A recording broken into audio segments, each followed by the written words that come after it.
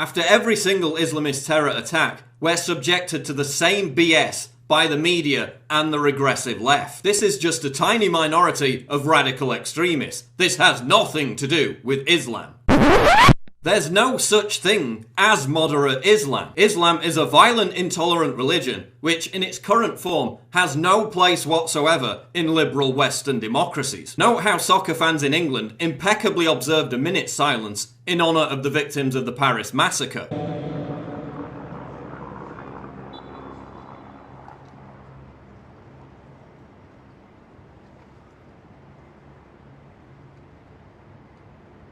Now see how fans in Turkey, which is 99% Muslim, behaved during that minute's silence.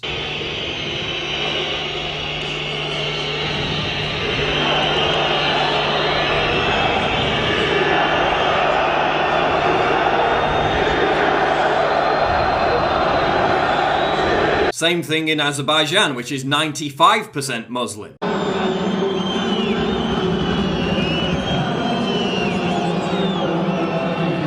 Booing, jeering, chants of Allah Akbar throughout the whole stadium during a minute's silence for the victims of ISIS jihadists. Is this still just a tiny minority? Now let's look at the polls. A poll conducted by ICM found that 16% of French citizens, the vast majority of them Muslim, support ISIS. Amongst young people aged 18 to 24, 27% of them support ISIS. That's prime recruitment age. A survey conducted by Al Jazeera Arabic Television, whose audience mainly consists of Sunni Muslims living in the Arab world, found that 81% of respondents supported ISIS. Are we still going to pretend that this is just a tiny minority? A poll by the Arab Center for Research and Policy Studies found that even 13% of Syrian refugees who were supposedly fleeing from ISIS had a positive view of ISIS. And hundreds of thousands of them are pouring into the West, including some of the terrorists involved in the Paris massacre. Let's look at some more polls. The vast majority of Muslims in Africa, the Middle East, Southeast Asia and South Asia support making Sharia law the law of the land. The clear majority of Muslims in South Asia and the Middle East support stoning women to death for the crime of adultery.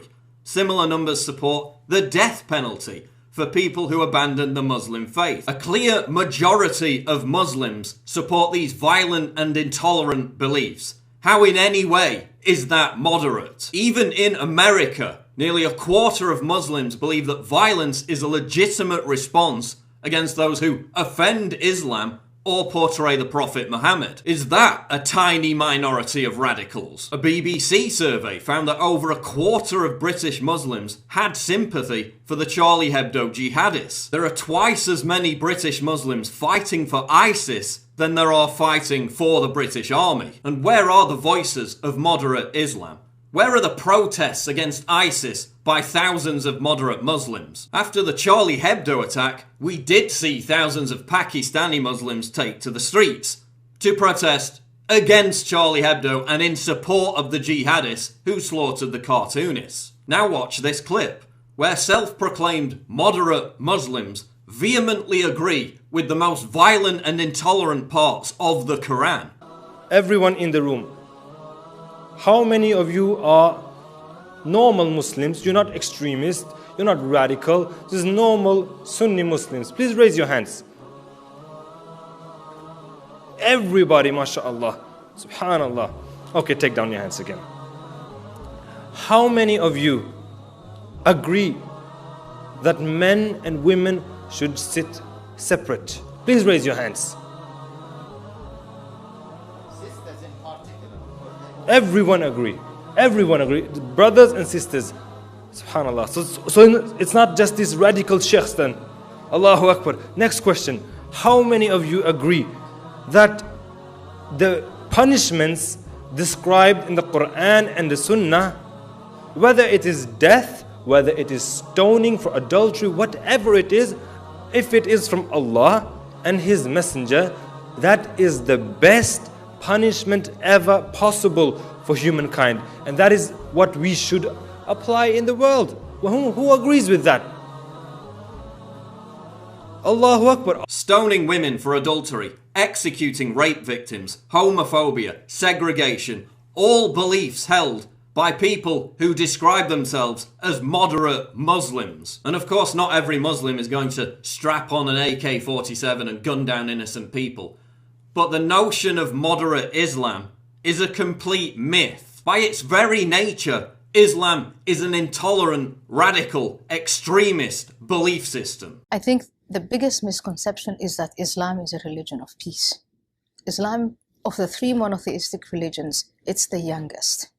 It is not a religion of peace because it's unreformed. The problem is not radical Islam. The problem is just Islam. And while feminists whine about a college rape culture that doesn't exist, we're importing a real rape culture into the West via the migrant wave. Every single week I cover stories about migrants raping women and children in European countries and getting away with lenient sentences. Look at countries like Sweden, whose rape cases have soared 1,400% since they opened the doors to mass immigration. We have Muslim gang rape scandals in the UK on a routine basis, with authorities covering them up for fear of being labelled politically incorrect. Rotherham, Oxford, Manchester, Rochdale, the list goes on and on. The most common name for a gang rapist in the UK is Mohammed. The majority of child rape and gang molestation convictions are handed out to Muslims. This isn't the aberrant behaviour of a tiny minority. This is the culture of Islam.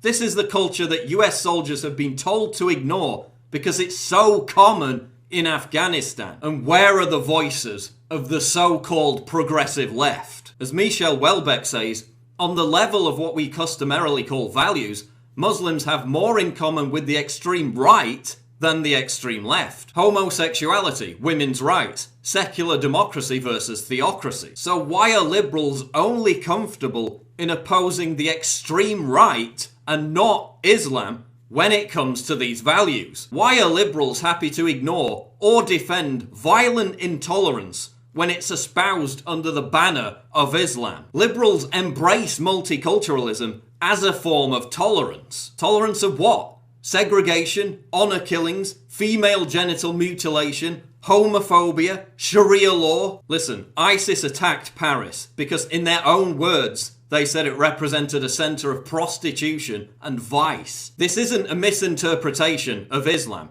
It's a directive taken straight from the Quran. Quote, "The penalty for those who strive upon earth to cause corruption is that they be killed or crucified." That's directly from the Quran. That motive isn't derived from radical Islam or a misinterpretation of the Quran. It's derived from Islam itself, directly from the same book read, preached and practiced by 1.5 billion Muslims. Until we acknowledge that Islam is a retrograde 7th century religion, which, like Christianity in the 1500s, needs a massive reformation if it's to be compatible with Western liberal democracies, the toxic ideology that drives ISIS will never be defeated. There's nothing you can do or any other non-Muslim can do to tweak the theology.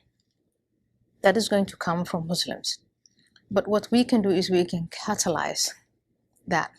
We can give those who want to tweak the theology hope that it is a worthy investment. A worthy investment because these people are risking their lives, the lives of their children.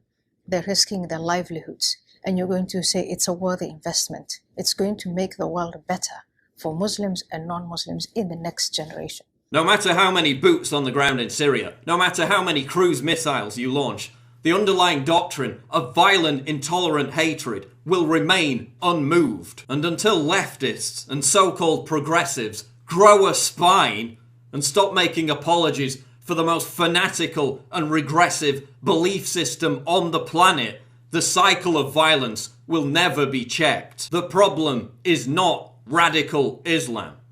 The problem is just Islam.